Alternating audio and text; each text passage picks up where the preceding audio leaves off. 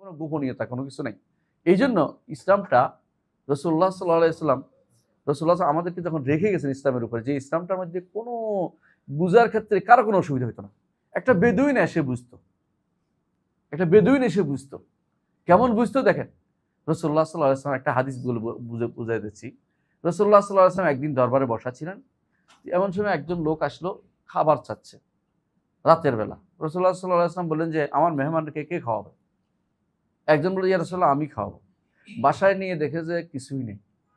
কারণ তখন সাহাবায়ে কেরামের কিছু ছিল না। সত্যি কথা। এখনকার দিন হলে আপনারা সব ইহুদি নাসারা হয়ে যেতেন। সত্য কথা। কিছুই নাই, খাবার নাই। বাচ্চাদের খাবার আছে শুধুমাত্র, ওদেরও খাবার নাই, দুইজনের। বাচ্চাদের খাবার আছে। তিনি বললেন, রাসূলের মেহমানকে খাওয়াতে হবে, আমাদের এত কথা চলবে না। তো কি করতে হবে? তো বাচ্চাদেরকে তিনি দেরি করে ঘুম পাড়ায় ফেলছে, ওনার স্ত্রী। আর তারা দুইজন খাইতে বসে বাতি নিভাই দিছে। মেহমান খাচ্ছে, ওরা আসলে খায়নি। ওরা হাত নিচে আর আনছে শুধুমাত্র। রাসূলুল্লাহ সাল্লাল্লাহু আলাইহি ওয়াসাল্লাম পরদিন বললেন, কালকে তোমাদের আচরণ দেখে আল্লাহ তাআলা হাসছেন। আল্লাহ তাআলা হাসছেন। সাহাবী ওখানে এক বেদুইন ছিলেন, বেদুইন সাহাবী কি বললেন? যে আল্লাহ হাসেন তে আল্লাহর চেয়ে খারাপ কিছু আশা করি না। আল্লাহু আকবার। যে আল্লাহ হাসেন তাতে খারাপ কিছু আশা করি। বেদুইন বুঝছে কি বুঝে নাই? বুঝছে। এখন আপনি অনেক মানুষকে দেখবেন যে হাদিস বলা যাবে না, এই হাদিসের অর্থ করা যাবে না, এই হাদিসের অর্থ করলে সমস্যা আছে, এটা আপনার বলবে, এই হাদিসের তাবিল করতে হবে। বেদুইন যেটা বুঝছে, আপনার সমস্যা কোথায়? রাসূল তো বলতে পারতো যে, এই তুমি আর বোঝার দরকার নেই, এটা আমার গোপন কথা। এটা বলেনি। রাসূল মসজিদে সবাইকে বলেছেন, রাসূলের মসজিদে সবাই বুঝছে কি হচ্ছে না। রাসূল বলেছেন সাহাবায়ে কেরামকে, আমি আরশের কাছে গেছি, রাসূল আল্লাহর সাথে কথা বলেছি, হ্যাঁ, উপরে উঠছি। এখন যদি কেউ বলে যে না, এটা বলা যাবে না, উপরে উঠার কথা কেমনে হবে, রাসূল কেমনে উঠলো, অথবা সে আল্লাহ আরশের কাছে কেমনে গেলো, আল্লাহর সাথে কথা কেমনে বললো, শুনে নাই, দেখে নাই, তো কি করবেন আপনি দেখে? হ্যাঁ, তিনি নূর দেখছে বলছে হাদিসে। এগুলো লুকোচুরি খেলা চলতেছে আমাদের মধ্যে। দিন লুকোচুরি নাই, কোনো দিনের মধ্যে স্পষ্ট সবকিছু। আপনি যেটা বলবেন, এটা সবার সামনে যেটা বলতে পারবেন, হ্যাঁ, এটা আপনি বুঝেই বলতে হবে, এটাই কথা শুধুমাত্র। যেটা যে বুঝে না তার সামনে যে বুঝে না এটা বলতে পারবে না, কিন্তু রাসূলুল্লাহ সাল্লাল্লাহু আলাইহি ওয়াসাল্লাম বুঝিয়ে বলতেন সবাইকে। তাই বলতেছি, রাসূলুল্লাহ সাল্লাল্লাহু আলাইহি ওয়াসাল্লাম আমাদেরকে আকীদা ও শরিয়া কমপ্লিট করে গেছেন। আল্লাহ তাআলা আয়াত নাযিল করলেন, আল ইয়াউমা আকমালতু লাকুম দীনাকুম ওয়া আতমামতু আলাইকুম নি'মাতি ওয়া রাদিতু লাকুমুল ইসলামা দীনা। আজকের দিনে তোমাদের জন্য তোমাদের দিনকে পূর্ণতা দিলাম এবং তোমাদের জন্য তোমাদের নেয়ামতকে পূর্ণ করে দিলাম। দুইটা জিনিসই, দিন ও নেয়ামত দুইটাই বলছে। দিন, আগেরকার দিনগুলো ছিল, আগেকার দিন কি ইসলাম, তখনকার আসলে ইসলাম ছিল তখনকার উপযোগী। সর্বশেষ ইসলাম হলো সর্বযুগের সবখানে জন্য উপযোগী। কথা খেয়াল করেন জিনিসটা। কারণ মানুষ যদি কোনো বড় হয়, তার ছোটকালের জামাটা আর গায়ে লাগে না। বুঝে আসছে কথাটা? ছোটকালের জামাটা গায়ে, তখন ওই সময়ের জামাটা গায়ে, কিন্তু একটা সময় আসে তখন জামার আর মাপ বদলাইতে হয় না। ঠিক কিনা?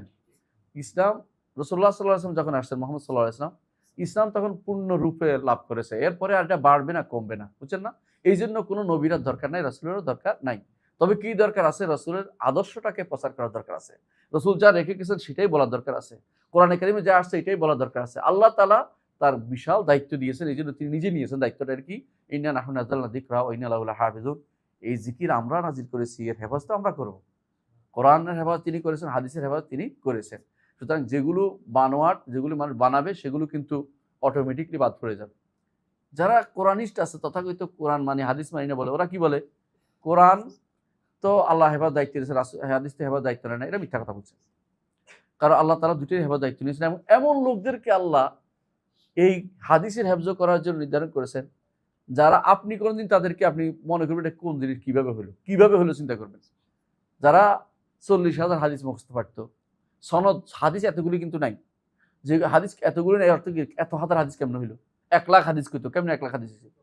আমরা এখন দেখতে পাই হাদিস সংখ্যা 16,000-এর বেশি হবে না, সব মিলাইয়া। তাহলে বাকিগুলো কি? সনদ। মানে এক একটা সনদে, কয় সনদে আসছে হাদিসটা? আমি কিছুদিন হাদিস নিয়ে গবেষণা করে আমি বুঝছি, সুবহানাল্লাহ, আল্লাহ তাআলা তাদেরকে যে যোগ্যতা দিয়েছেন, যেভাবে, যে হাদিসটা আমি যদি বলি যে ইবনে ওমর থেকে আসছে, ওরা বলতে পারতো যে ইবনে ওমর থেকে আসে না, তুমি মিথ্যা বলতেছো। মানে কারণ এই হাদিস ইবনে ওমর থেকে রিওয়ায়াত মিলাইতে পারবে না তারা, তাদের কাছে সনদগুলির জাংশন আছে। আপনি যদি বলেন যে রেলে করে আমি বলা গেছি, আপনি ওই মানুষ কি বলবে? পাগল। রেলে করে বলা যাওয়ার জায়গা না, রেলে করে লাকসাম যাইতে পারো তুমি। কথা বুঝেন? জাংশন আছে কিছু। হাদিসের জাংশন এত মারাত্মক জাংশন, ইমাম বুখারী রহমতুল্লাহ আলাইহি পরীক্ষা করছে, আপনারা জানেন কিরকম পরীক্ষা করেছে, যে সমস্ত উল্টাপাল্টা করছে, উল্টাপাল্টা করে বলেন তো এটা এই হাদিসে অমুক হাদাসানি ফুলান ফুলান, কারণ এটা কোনো এইভাবে না, তো এটা কি কয় হাদিসের সনদ হলো এরকম ওইভাবে। ওরা বুঝে যে এটা জাংশন কোনখান দিয়ে গেছে, আপনি এটা অন্য দিক দিয়ে নিতে পারবেন না, যতভাবে আপনি ঘুরান না কেন কবে যে এটা ঠিক হয় না, ওর মুখে ভুল দিচ্ছেন আপনি। এটা হলো আল্লাহ তাআলা বিশেষ ব্রেন তাদেরকে দিয়েছেন। এখন যে যে ব্রেনের লোক, তারা যদি কোনো আপনি না পান, নিজে না পারেন, আপনি অস্বীকার করবেন? যে ডাক্তার বলে যে এই লোকের ইয়া হয়েছে, রোগ হয়েছে, কি রোগ, ক্যান্সার হয়েছে, আপনি বলেন যে আমি তো ভালোই দেখতে পাচ্ছি, ডাক্তারের কথা ঠিক না, তাহলে এটা ঠিক, আপনি ভালো দেখার তো কাজে আসে না। ডাক্তার যেটা বলছে তো দেখে শুনে পরীক্ষা করে সে বলছে, এবং তাকেও যদি বলেন যে সেটা বুঝে না, তাহলে আপনার হাস্যকর হবেন, ডাক্তারই বুঝে, কারণ এই ফিল্ডের লোক সে। এই যারা বলে হাদিসের বিষয়ে যারা বলে যে আল্লাহ তাআলা হেফাজত দায়িত্ব নেয় না, মিথ্যা কথা বলছে। আল্লাহ তাআলা দুইটাই দায়িত্ব নিয়েছেন, এই জন্য আল্লাহ তাআলা ওই ব্যাপারে লোকও সেট করেছেন। মোহাম্মদ ইবনে সাঈদ নামে এক ব্যক্তি ছিল, মোহাম্মদ সাঈদ আল মাসলুম, তাকে শুলে চড়ানো হয়েছে। কি জন্য? সে হাদিস বানাতো। আমি কথাটা বুঝার জন্য বলতেছি, হাদিস বানাতো।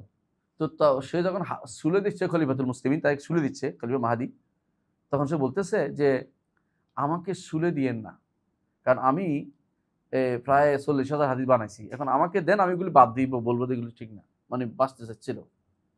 তখন খলিফাতুল মুসলিমিন তখনকার সময় যিনি ছিলেন, তিনি বলছেন তোমার শুলে যাওয়াই দরকার, আর তুমি যেগুলি বানাইছো এগুলি আমাদের মুহাদ্দিসরা আছে, এগুলি একটা একটা করে চুল যেভাবে বের করে, কিসের থেকে, কাটা আটার কাই থেকে চুল বের করে ফেলে, ওরা এগুলি বের করে ফেলে দিবে, তোমার দরকার নাই, তুমি শুলে থাকো, তুমি শুলে থাকবা, কারণ তুমি মিথ্যা বানাইছো, বুঝতে পারি আমরা এগুলি। আলহামদুলিল্লাহ, আল্লাহ তাআলা প্রত্যেক এই দিনকে হেফাজতের জন্য এমন লোককে সেট করেছে, আপনি চিন্তা করতে পারবেন না। মাঝে মধ্যে আমি চিন্তা করি, সুবহানাল্লাহ, এক একটা বই পরবর্তীতে লিখছে কিন্তু আগের সাথে যুক্ত হয়ে যায়, এক একটা ব্যক্তি পরে আসছে কিন্তু আগের সাথে যুক্ত হয়ে যায়। আপনি দেখছেন ইমাম রাওয়াহুন নাসাই, আমরা বলি ইমাম নাসাই হাদিসটি বর্ণনা করেছেন, তারপরে কি বলি সাহাহুল আলবানী, আলবানী শুদ্ধ করেছেন, আলবানী শুদ্ধ বলেছেন। কত পরে এসে এই লোকটা কার সাথে যুক্ত হয়ে গেছে? নাসাই সাথে যুক্ত হয়ে গেছে। আপনি আপনি এই যোগ্যতা পাই নাই।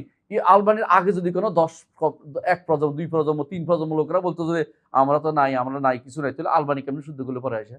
এটা হচ্ছে আল্লাহ ওনার জন্য রেখে দিয়েছে যে এই সময় এটা বলতে হবে, এই সময় লিখতে হবে। আকীদার বিষয়টা দেখেন, এই যে বলতেছি, একটা বিষয় বলতেছি, একটা বুঝাই বলতে না। শাইখুল ইসলাম মুহাম্মদ বিন আব্দুল ওয়াহাব রাহমাতুল্লাহ আলাইহি, ওনার কিতাবুত তাওহীদটা নাম শুনেছেন আপনারা? কিতাবুত তাওহীদ অনেকেই পড়ছেন হয়তো। এই এমন একটা কিতাব, যে কিতাবটা তাওহীদুল ইবাদার উপরে, তাওহীদুল উলুহিয়ার উপরে। আপনি এর মতো কিতাব আরেকটা গত 10 প্রজন্ম দেখাইতে পারবেন না। যেন আল্লাহ তাআলা রেখে দিয়েছেন এই লোকটাকে ওই সময় পাঠাবেন, কারণ ওই সময় দুনিয়া ভরপুর হয়ে যাবে শিরকি আকীদা, কবর পূজা। ওই সময় এই লোকটাকে পাঠাইছেন যে এই সময় এই লোক দ্বীন হেফাজতের জন্য তোমার দরকার, তুমি এই সময় কথা বলো। আল্লাহ তাআলা সেইভাবে ঠিক করে পাঠাইছেন। সুতরাং আপনি আমি দ্বীন থেকে দূরে সরে গেলে আল্লাহর কোনো ক্ষতি হবে না, আল্লাহর দ্বীনের ক্ষতি হবে না। আল্লাহ এমন লোককে নিয়ে আসবে যে লোক এই দ্বীন নিয়ে দাঁড়াবে। কারণ আল্লাহ তাআলা এই দ্বীনকে লিইয়ুযহিরা আলা দ্বীনি কুল্লি, সকল দ্বীনের উপরে, সকল মতবাদের উপরে, সকল মানুষের, ইহুদি নাসারা যত কিছু আছে সবকিছুর উপরে এই দ্বীনকে উঠাবেন। আপনি যদি কোনো এর সাথে যুক্ত হন, আপনি সম্মানিত হবেন। আর আপনি যদি মনে করেন, সন্দেহ করেন, আপনি যদি ভিন্ন মত পোষণ করেন, আল্লাহর কোনো ক্ষতি হবে না। লা ইয়াদুরুল্লাহ শাইয়া। ক্ষতি হবে কার? আপনি আস্থা করে নিক্ষিপ্ত হবেন। আপনি কোথায় থাকবেন? আপনি শুধু প্রতিযোগিতা শুরু করে দেন, আপনি দৌড়াতে শুরু করে দেন, আমি আল্লাহ সন্তুষ্টি দরকার, আল্লাহ সন্তুষ্টি পেতে চাই, এইভাবে দৌড়ান। আপনি কখনো চিন্তা করবেন না যে আমার দিয়ে একটা কাজ হয়ে গেছে, না, আল্লাহ আমার দিয়ে কাজটা করায়, সেটা চিন্তা করেন। আল্লাহ আমার দিয়ে কথা বলার তৌফিক দিচ্ছে, এটা আল্লাহর খাস রহমত। আমি এটা কোনোদিন চিন্তা করবো না যে আমি একটা কিছু করে ফেলছি, না, আমার করতে পারিনি, আল্লাহ যদি কোনো কবুল করে এটা আমার কাজে লাগবে, নইলে আমার কোনো কিছু কাজে লাগে না। সুতরাং যে কথাটা বলতেছি, যারা আজ এই কাজগুলি করে যাচ্ছে, বুঝে কোরআন হাদিসের ব্যাপারে কথাবার্তা বলে, তারা কিন্তু বিভ্রান্ত, কোনো সন্দেহ নাই। এবং তারা বেশিরভাগই দেখবেন আলেম না, যে ফিল্ডের লোক না, সেই ফিল্ডে কথা বলে। বেশিরভাগই হয় ডাক্তার, নয় তথাকথিত কেউ বক্তা, এগুলো চালু করে দিচ্ছে। এগুলি যেই কথা বলতে চাচ্ছিলাম, আল্লাহ তাআলা যুগে আল্লাহ রাসূলুল্লাহ সাল্লাল্লাহু আলাইহি ওয়াসাল্লাম আমাদেরকে কিন্তু পুরোপুরি দ্বীনের সম্পূর্ণ দ্বীন আকীদা সব বর্ণনা করে গেছেন। আল্লাহ সম্পর্কে বলেন না, এটা হতে পারে না। যে নবী আমাদেরকে বলে গেছেন যে কিভাবে বাথরুম সারতে হবে, বলে গেছেন কিনা? কি বলছেন? তিনি বলেছেন যে আমরা যেন বাথরুমে ঢুকার দোয়াটা পড়ি, তাই না? তারপরে যখন বের হই দোয়াটা পড়ি, বলছেন। তারপরে 3টি ঢিলা নিতে বলছেন কিনা? তারপরে এইভাবে প্রত্যেকটি বাম হাতে ব্যবহার করতে বলছেন কিনা? বাম হাত ব্যবহার করতে বলছেন। আপনি কি চিন্তা করেন, এত ছোট্ট জিনিসটাও বলে গেছেন। এই জন্য এক সাহাবিকে, সম্ভবত সালমান ফারসি রাদিয়াল্লাহু আনহু, তাকে বলছিলেন একজন ইহুদি যে তোমাদের নবী কি তোমাদেরকে সব শিক্ষা দিছে, বাথরুম করার শিক্ষা দিছে? তিনি বলছেন আজাল, অবশ্যই আমাদের নবী আমাদেরকে সেটা শিক্ষা দিয়েছেন। আজাল অর্থ হলো এটাই, তুমি কি কও, এটা অবশ্যই এটা শিক্ষা দিছে, অবশ্যই বলো আজাল বলে, অন্য কারণে হয়তো নাম বলতো, অবশ্যই শিক্ষা দিছে ওইটা আজাল, যে অবশ্যই শিক্ষা দিছে এটা কি, আমাদেরকে তিনি এইভাবে এইভাবে করতে বলেছেন। যেই নবী আপনাকে বাথরুমের আদব শিক্ষা দিছে, শোয়ার আদব শিক্ষা দিছে, সন্তানের সাথে কথা বলার শিক্ষা দিছে, স্ত্রীর সাথে কথা বলার নিয়ম শিক্ষা দিছে, আপনাকে হাঁটার নিয়ম শিক্ষা দিছে, বাজারে যাওয়ার নিয়ম শিক্ষা দিছে, মুলাবুলি করার নিয়ম শিক্ষা দিছে, আপনাকে কোনোদিনই বাদ দেয় নাই, সেই নবী আপনাকে আল্লাহ সম্পর্কে শিক্ষা দেয় নাই? নাকি ওইটা গোপন রেখে দিছে? নাকি বলেন তোমরা বুঝবা না, এমন একটা লোক আসবে, হ্যাঁ 200-300 হিজরির পর একটা লোক আসবে, 320-330 হিজরির পর একটা লোক আসবে, সে কিন্তু আমার কোরআনের ব্যাখ্যা দিবে, তোমরা কিন্তু ব্যাখ্যাটাকে দিও না, সাবধান, তোমরা অর্থ করিও না। সুবহানাল্লাহ, এটা কোনোদিন হইতে পারে না। এটা হচ্ছে এটা আল্লাহ সম্পর্কে, আল্লাহ সম্পর্কে খারাপ ধারণা, রাসূল সম্পর্কে খারাপ ধারণা, সাহাবায়ে কেরাম সম্পর্কে খারাপ ধারণা, তাবেঈদের সম্পর্কে খারাপ ধারণা। কেন খারাপ ধারণা? যে এরা আমাদের কিছু বুঝায় নাই। যেখানে আল্লাহ তাআলা এই দিনকে পূর্ণতা দেওয়ার জন্য এই দিনকে পূর্ণতা দিয়েছেন, পরিপূর্ণভাবে দিয়েছেন, এবং এই দিনকে হামি করে পাহারাদার করে সাহাবায়ে কেরামকে আল্লাহ ওই সময় বাছাই করে নিয়েছেন, সাহাবায়ে কেরামকে বাছাই করে নিয়েছেন। প্রিয় ভাইরা, আমরা ওই সময় থাকলে বেয়াদবি করতে পারতাম, এই জন্য আল্লাহ ওই সময় পাঠায় নাই। দুনিয়ার সবাই, আপনি আবু জাহেল হইতেন না, এর নিশ্চয়তা কোথায়? আল্লাহ তাআলা যে আপনাকে যখন পাঠায়, এই জন্য শুকরিয়া দেখেন, আল্লাহ তাআলা যেটা করছেন এটাই ঠিক। আপনি কখনো আল্লাহর হিকমতের বিরুদ্ধে কথা বলেন না। আমি এমন এক সময় আল্লাহ তাআলা আমাদের পাঠিয়েছেন যে এই সময় দরকার, এই সময় দরকার, ঠিক তাই মতো পাঠাইছে। আল্লাহ তাআলা সাহাবায়ে কেরামকে বাছাই করে নিয়েছেন। আমার কথা নয়, ইবনে মাসউদ রাদিয়াল্লাহু আনহু বলেছেন, উলাইকা আসহাবু রাসূলিল্লাহ সাল্লাল্লাহু আলাইহি ওয়াসাল্লাম ইখতারাহুমুল্লাহু লিসুহবাতি নবী। এ হচ্ছে সাহাবায়ে কেরাম যাদেরকে আল্লাহ তাআলা তার নবীর সোহবতের জন্য আল্লাহ তাআলা ইখতিয়ার করেছেন, পছন্দ করেছেন। এর অর্থ হচ্ছে সাহাবায়ে কেরাম রিদওয়ানুল্লাহি আলাইহিম আজমাইনকে আল্লাহ তাআলা বাছাই করে নিয়েছেন যে কিয়ামত পর্যন্ত যত মানুষ আসবে, যে নবীর সাথী কারা হতে পারে, নবীর সাথী হওয়ার যোগ্যতা কাদের আছে, এবং বিপরীতটাও আমি দেখিয়েছেন, নবীর সাথে শত্রুতা কারা করে, তাদের বড় শয়তানরা কে আছে, যারা পরবর্তীরা যেন বড় শয়তান থেকে দূর থাকে, বড় গোষ্ঠী এদের পথ না নেয়, ওদের পথ নেয়। সিরাতাল্লাযিনা আনআমতা আলাইহিম, ওই পথটা নেয় যেই পথটা নেয়ামতের পথ, যেই পথটা আমার নেয়ামতের পথ, ওই পথটা না নেয় গায়রিল মাগদুবি আলাইহিম ওয়ালাদ-দাল্লিন, ওই পথটা যেন না হয় যাদের উপর ক্রোধান্বিত, যারা পথভ্রষ্ট, বরং যারা হেদায়েতের আলোর উপর আছে সেই পথটা যেন নেয়। সেভাবে আল্লাহ তাআলা আমাদেরকে এই এই এই নবী সাহাবায়ে কেরামকে ওই সময় পাঠিয়েছেন, এবং ওই সময় তার বিপরীত পক্ষও শক্তিশালী ছিল। উভয় পক্ষে পাঠিয়েছেন দেখানোর জন্য পরবর্তীতে দুইটা সাইডই থাকবে। হ্যাঁ, তিনটা সাইড হয়। রাসূলের যুগে তিনটা মানুষ ছিল, এক ভাগ ছিলেন মুমিন, এক ভাগ ছিল কাফের, এক ভাগ ছিল মুনাফিক। এখনো তিন সাইড আছে ভাই। ঈমানদার দাবি করবে আল্লাহর বিধানকে মানতে চাইবে না, ঈমানদার দাবি করবে কোরআনকে প্রতিষ্ঠা করতে চাইবে না, ঈমানদারের দাবি করবে কোরআনের কথা বললে তাদের কাছে মন খারাপ হয়ে যায়, ঈমানদারের দাবি করবে আর যেখানে নারীদের পর্দার কথা বললে মন খারাপ হয়, দাড়ি বাচ্চাদের ছেলেদের দাড়ির কথা বললে মন খারাপ হয়ে যায়, ওই সমস্ত লোকগুলি আসলেই মুনাফিক টাইপের, এগুলি মুনাফিক টাইপের। তিন শ্রেণীর লোকে থাকবে। আপনি কার অনুসরণ করবেন, আপনি সিদ্ধান্ত নেবেন যে আমি অনুসরণ করতে চাই কার, সিরাতাল্লাযিনা আনআমতা আলাইহিম। এর দলিল কি? মিনান নাবিয়্যিন, অন্য আয়াতে আল্লাহ বলে দিয়েছেন মিনান নাবিয়্যিন ওয়াস সিদ্দিকিন ওয়াশ শুহাদা ওয়াস সালিহিন। এই চার শ্রেণী হচ্ছে নেয়ামত প্রাপ্ত, নবী, সিদ্দিক, শহীদ এবং আল্লাহর নেককার বান্দারা। এবার আপনি চিন্তা করবেন এদের পথ চলবেন নাকি আপনি আবু জাহাল আবু লাহাবের পথে চলবেন? নবীর কথা শুনবো না, যে বলছে যে মুহাম্মাদান আবাইনা, কি বলছে? ওয়া দীনাহু কালাইনা। উম্মে জামিল আবু লাহাবের স্ত্রী, যখন আয়াত নাজিল হলো যে তাব্বাত ইয়াদা আবি লাহাব, শেষ পর্যন্ত তার স্ত্রীর হাম্মালাতুল হাতাব, সে লাকড়ি কুড়ায় অথবা সে তার গীবত করে বেড়ায়, তখন সে আসে বলতেছে মুহাম্মাদান আবাইনা ওয়া দীনাহু কালাইনা, মুহাম্মদকে অস্বীকার করলাম, তার দিনকে ঘৃণা করলাম, এগুলি বলতে থাকলো। বুঝেন না? সেই যুগেও এরকম মানুষ ছিল, এখনো এরকম মানুষ থাকবে। কিন্তু আপনি কি করবেন? আপনি সিদ্ধান্ত নেবেন আমি কি নেকের পথে চলবো, না নবীদের পথে চলবো, না আমি খারাপের পথে চলবো। এটা আপনি সিদ্ধান্ত নেওয়ার বিষয় রয়েছে। মুহাম্মদ রাসূলুল্লাহ সাল্লাল্লাহু আলাইহি ওয়াসাল্লাম এই অবস্থায় রেখে গেছেন, একেবারে দিনকে পূর্ণ করে, আকীদাকে একদম হুবহু যা দরকার সব বর্ণনা করে গেছেন। শেষে রাসূলুল্লাহ সাল্লাল্লাহু আলাইহি ওয়াসাল্লাম আরাফার মাঠে সমস্ত সাহাবায়ে কেরাম যারা ঈমান আনছে তাদের সামনে কি করেছেন?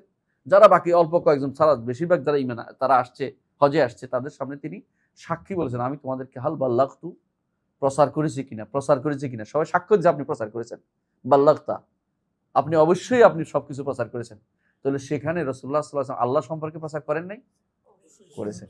এই আল্লাহ সম্পর্কে প্রচারটা নাম হলো আকীদা। আমি বারবার বলছি কি? আল্লাহর সত্তা, নাম, গুণ, কর্ম, অধিকার।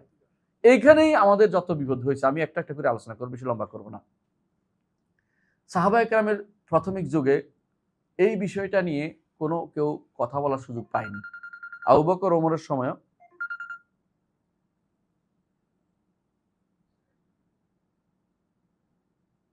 1 মিনিট। আবু বকর ওমরের সময় দেখেন, এই দুই সময় কিন্তু বাইরের কেউ, অমুসলিমরা কেউ মানে আমাদের উপরে আকীদা ধরাই দিবে, কথা বলবে, এই সাহস তাদের ছিল না। মুসলিমরা তখন কি ছিল? জয় জয় অবস্থায় ছিল। বিভিন্ন জায়গায় তাদের মিশন চলতো। আমাদের মতো হইতে তারা চাইতো, ইউরোপিয়ানরা, বাইরের লোকেরা। আর আমরা এখন কি হয়েছি? ওদের মতো হইতে চাই। চলনে বলনে, কথাবার্তা, সবকিছুতে আমরা ওদের মতো চাই। ওটা না হলে আমাদের ঘুমই হয় না। রাত দিন 24 ঘন্টা আমার সন্তানকে কিভাবে ইউরোপিয়ান বানাবো, এই চেষ্টায় আমরা বিভোর থাকি। এই যে অবস্থাটা, এটা সাহাবায়ে কেরামের যুগে তো ছিল না, কারণ এটার পতন যুগের কারণে হচ্ছে। তো ওই যুগে কিন্তু কেউ আমাদের দিকে আকীদা বা শরীয়তে হাত দেওয়ার কোনো সাহস কেউ করে নাই। তখন দেখলো যে ওসমান রাদিয়াল্লাহু আনহুর সময় যখন মুসলিম বিশ্ব বিশাল আকার ধারণ করলো, তখন কোনো এলাকা যারা ইসলাম গ্রহণ করেছে, অনারবে বলবো এরা, কারণ আপনারা যে অনারবে বলবো, ওরা ইসলাম গ্রহণ করেছে কিন্তু তাদের অন্তরে ইসলাম ঢুকেনি, তাদের অন্তরে হিংসা বিদ্বেষ ঢুকছে দিনের বিরুদ্ধে। তখন তারা দেখলো যে কোনোভাবেই সরাসরি বিরোধিতা করার কোনো সুযোগ নাই, সরাসরি বিরোধিতা করলে কেউ নিবে না। তখন তারা কি করলো? এই উম্মতের মধ্যে কিভাবে একটা ফিতনা লাগিয়ে দিতে পারে, এই জন্য চেষ্টা করলো। সর্বপ্রথম এই কাজটি করেছে আব্দুল্লাহ ইবনে সাবা এবং তার অনুসারীরা। আব্দুল্লাহ ইবনে সাবা তার অনুসারীরা, তখন শিয়াবাদ আসেনি। প্রথমে তারা কি করলো? বিদ্রোহ করলো। এটা হলো বাগি বলা হয় ওদেরকে। বিদ্রোহ করলো কি? আমাদেরকে ঠিক মতো দেওয়া হচ্ছে না, আমাদেরকে ঠিক মতো অমুকে আমাদের ঠিক মতো দেয় না, আমরা মানি না, মিছিল করতে চলে আসলো মদিনায়। মদিনায় এসে কি করলো? ওসমান ইবনে আফফান রাদিয়াল্লাহু আনহু বাড়ির চারপাশে ঘিরে ফেললো। তো এই অবস্থায় ওসমান ইবনে আফফান রাদিয়াল্লাহু আনহু রাসূলের সুন্নতের উপর আমল করেছেন।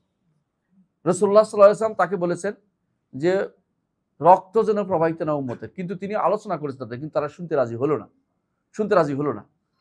তিনি তখন যেটা করেছেন যে যুদ্ধ করে নিজে প্রথম রক্ত প্রবাহিতকারী উম্মতের মধ্যে হয় না, চেষ্টা করেন নাই।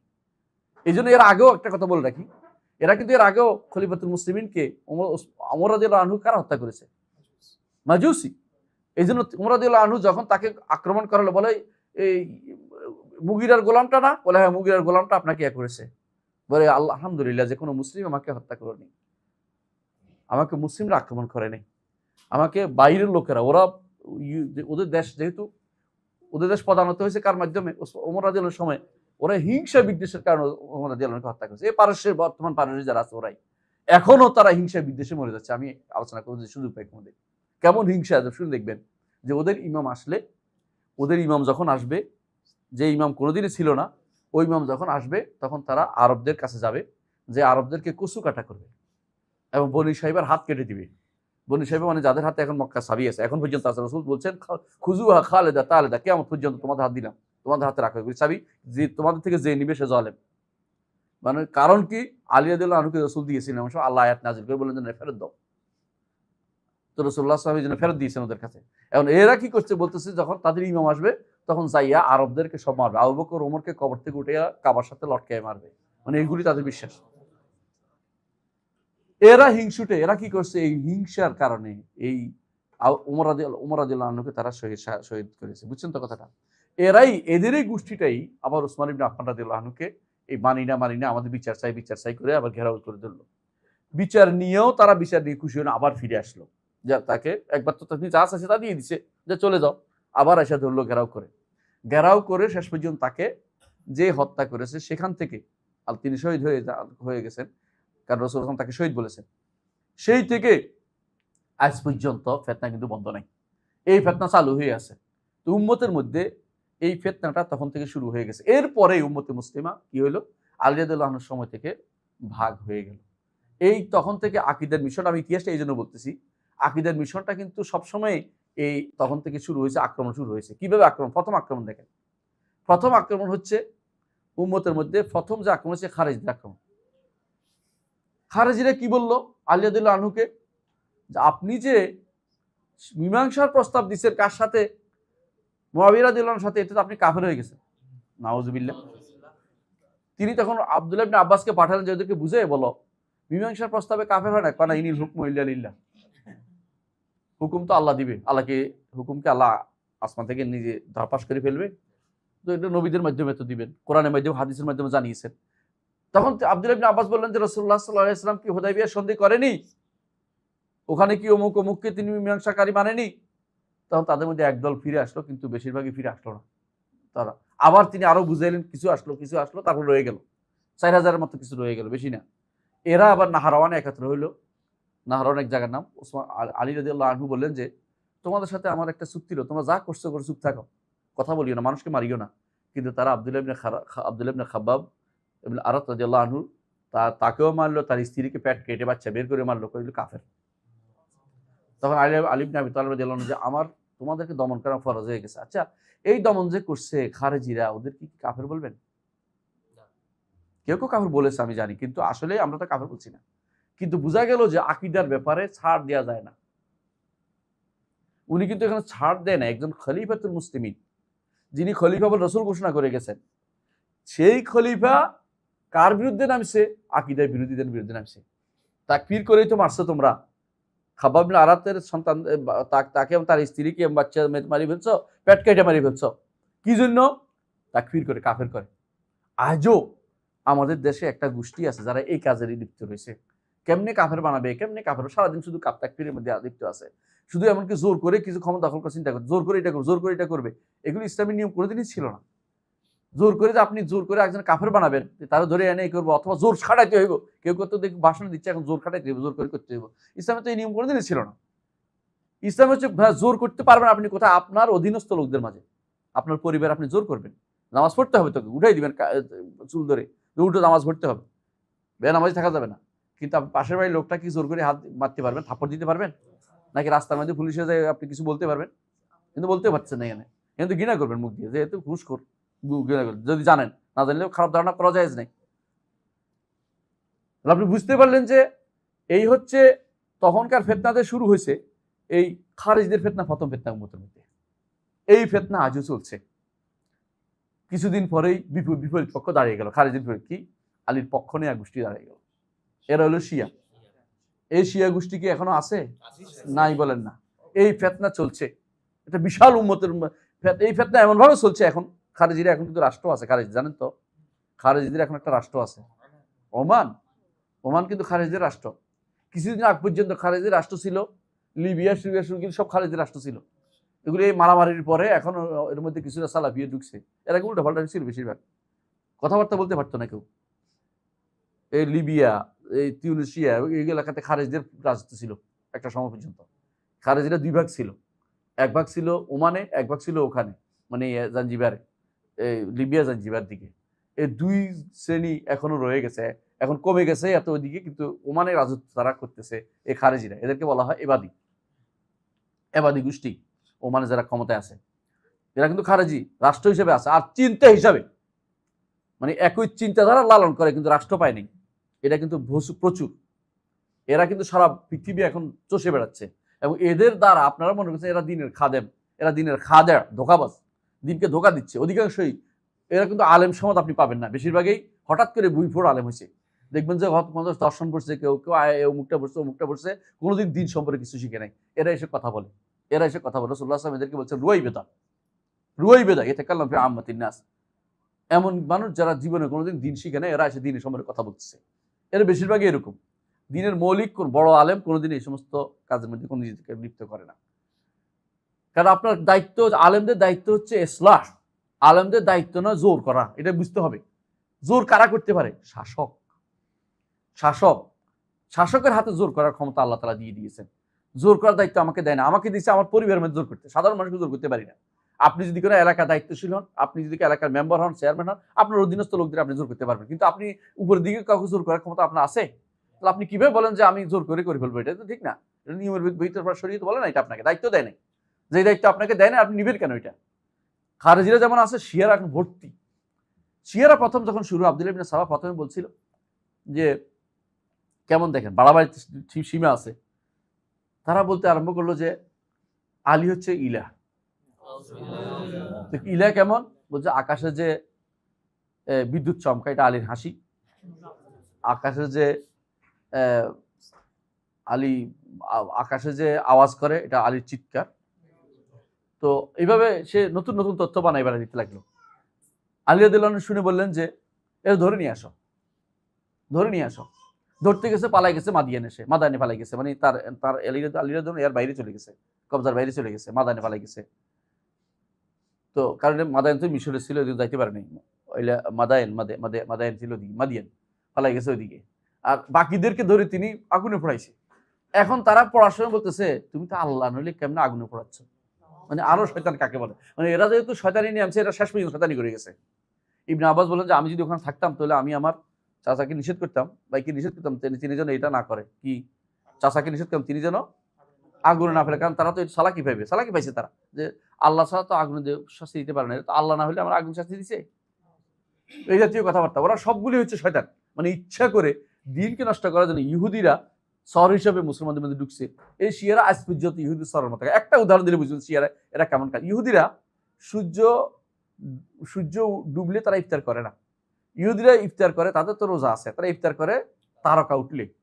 আজও আপনি দেখবেন যে শিয়ারা তারকা উঠা দেরি করে, এবং তারা এটা নিয়ে আপনাদের মধ্যে বিভিন্ন ছড়ায়। বলছে আল্লাহ বলছে ইলাল্লাহ, তোমরা ইলাল্লাহ নাহলে খাও কি করে? কোরআন আয়াত দিয়ে তারা সন্দেহ ছড়াচ্ছে, কারণ তারা তো হাদিস মানে না। তারা তো হাদিস মানে রাসূলুল্লাহ সাল্লাল্লাহু আলাইহি ওয়াসাল্লাম ইলাল্লাহ বলতে কদ্দুর বোঝায় সূর্য ডুবলে রাসূল ইফতার করতে বলেছে, তারা কিন্তু এই সন্দেহ ছড়াচ্ছে, বুঝেন না কথাটা? এমনকি আমি একদিন আমার ছিল দাওয়াত ছিল আমার একদিন ইয়াতে আইসিএসসির এক অফিসে। তো ওখানে দাওয়াত ছিল অ্যাম্বাসেডর, দাওয়াত ছিল ইরানি অ্যাম্বাসেডর। তো আমি দূর থেকে দেখছি কি করে, দেখি আজকে ধরা পড়ে যায়। আমি এবং বসা ছিলাম আইইউটি তখনকার ভাইস চ্যান্সেলর, দুইজনে গল্প করতেছিলাম, আমাদের সাথে সম্পর্ক ভালো ছিল। উনি বলছে লোকটা খায় না কেন? আমি বলছি একটু দেখেন, আরো একটু দেখেন। সে এবং তার বউ খাইলো না যতক্ষণ পর্যন্ত না সূর্য উঠছে, মানে তারকা উঠছে, তখন পর্যন্ত খায় নাই তারা। আমি বলছি এই বুঝে দেখেন, যে ব্যক্তি আপনাকে সূর্য উঠা তারকা উঠা পর্যন্ত দেরি করাচ্ছে ইফতার করতে, রাসূলুল্লাহ সাল্লাল্লাহু আলাইহি ওয়াসাল্লাম বলেছেন যত তাড়াতাড়ি তোমরা ইফতার করবে তত তোমরা ভালো থাকবে। সুন্নাহর অনুসরণ। এরা দেরি করতে করতে করতে তারকা উঠা পর্যন্ত দেরি করেছে। এরা কাদের অনুসরণ করছে আপনি বলেন তো? এই না, ইহুদিদের অনুসরণ করছে। এইরা প্রত্যেকটি কাজে কর্মে এদের মধ্যে এটা আছে। এদের মধ্যে বাধা অর্থ কি? আল্লাহ তাআলা আগে জানতো না, পরে জানছে, নাউযুবিল্লাহ। এটা হলো বাধা। এরা এটা বিশ্বাস করেই করে। কেন করে? আগে জানলে আল্লাহ তাআলা আলীরে আগে দিয়ে দিত, বুঝছেন তো? আগে জানলে এটা করতো, আগে জানলে এটা করতো, মানে এটা হলো আগে জানতো না, আল্লাহ পরে জানছে, এগুলি বলতেছে তারা। এটা শুধুমাত্র ইহুদিদের মধ্যে এটা আছে। ইহুদিরা বলে আল্লাহ আগে কেন তার বিশেষ ব্যক্তিরা, অর্থাৎ কি ইহুদিদের কেন রাজত্ব দিলেন না? আল্লাহ কানতে কানতে চোখ ফুলাইয়া চোখের পানি দিয়ে নদী ভাসাই দিচ্ছে, মানে এরকম তাদের কথা। এগুলো দিয়ে তারা আফসোস করে যে আল্লাহ তাআলা খুবই আফসোস করে সারাদিন, কারণ আল্লাহ তাআলা আগে জানতে পারেন। একই কথা এদের মধ্যে পাওয়া যায়। ইহুদিরা বলে ফিরে আসবে তাদের লোকেরা, শিয়ারাও বলে তাদের ইমামরা ফিরে আসবে, তাদের ইমামরা সবাই ফিরে আসবে যখন তাদের কায়েম অর্থ হলো যেটা কোনদিন ছিল না, গর্তে ঢুকেছে বলে, সে যখন বের হবে তখন আবার সবাই চলে আসবে, আয়সা তখন আনন্দ উল্লাস করে তখন তারা আরবদের কচুকাটা করবে, মানে আরবদের বিরুদ্ধে তাদের সব ষড়যন্ত্র সবকিছু আরবদের মারবে তারা। কেন? আরবরা তাদের দেশ প্রদানিত করেছে এই জন্য, বুঝছেন তো? এই জন্য তারা এগুলো লাগিয়ে রাখছে। একটা দুইটা আমি বললাম শুধু, আর কিছু বললাম না, বাকিগুলো বুঝে নেবেন। তাহলে শিয়াদের ফেরকাও চলে আসে। শিয়ারা কিসের? আকীদাগত ফেরকা। আকীদার কারণে তারা, এদের মধ্যে এক কিছু হয়ে গেছে, ইসলাম থেকে বেরিয়ে গেছে। ৭২ ফেরকার ভিতরে নাই, বাইরে। ৭২ ফেরকা কিন্তু ইসলামের ফেরকা, যেগুলির কারণে জাহান্নামে যাবে, কিন্তু কাফের বলছি না আমরা। কিন্তু কিছু আছে এদের মধ্যে কাফের হয়ে গেছে। ইবনে তাইমিয়া এদেরকে কাফের বলে গেছে, এদের একটা গোষ্ঠীকে, এদের মধ্যে যারা এখন সিরিয়া ক্ষমতাসীন আছে, এদেরকে ইবনে তাইমিয়া কাফের বলে গেছে। ওই সময় তারা পাহাড়ে বাস করত, ইবনে তাইমিয়া বলতে জাবালি, মানে পাহাড়ে যারা আছে। ইবনে তাইমিয়া এদের বিরুদ্ধে যুদ্ধ করেছে, নিজে যুদ্ধ করেছে এবং পাহাড়ে তারা আত্মগোপন করে থাকতো তখনকার সময়। তাদের বিরুদ্ধে যুদ্ধ করে তিনি তখন তাদেরকে কাফের ঘোষণা করে গেছেন যে এরা কাফের, এরা ইমানদার নয়। আজও তারা ইমানদার নয়, যেটা অমুক তমুক আসাদ বিন বাসাদ আদুল্লাহ আছে না, আসাদ নয় তো বিলাই, আসাদ তো সিংহ, বিলাই বিড়াল। মানে বলতেছি এই জন্য যে এরা যদি ইউরোপ আমেরিকা ওদের সাহায্য না করতো তাহলে ওরা থাকতে পারতো না একদিনও।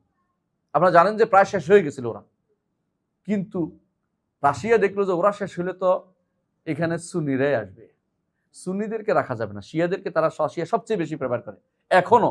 কারণ তারা স্টাডি করে দেখছে মুসলিমদের জন্য যদি শত্রুতা লাগায় রাখতে হয় শিয়াদেরকে দিতে হবে।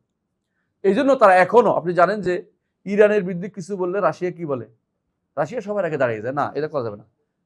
রাশিয়ার লোক পাঠাইয়া এই সিরিয়াতে সুন্নিদেরকে একবার শেষ করে দিচ্ছে। এর আগ পর্যন্ত আমেরিকা যেটা করছে উপর দিয়ে বোমা মারছে, কিন্তু রাশিয়া একদম লোক পাঠাই সব শেষ করে দিচ্ছে।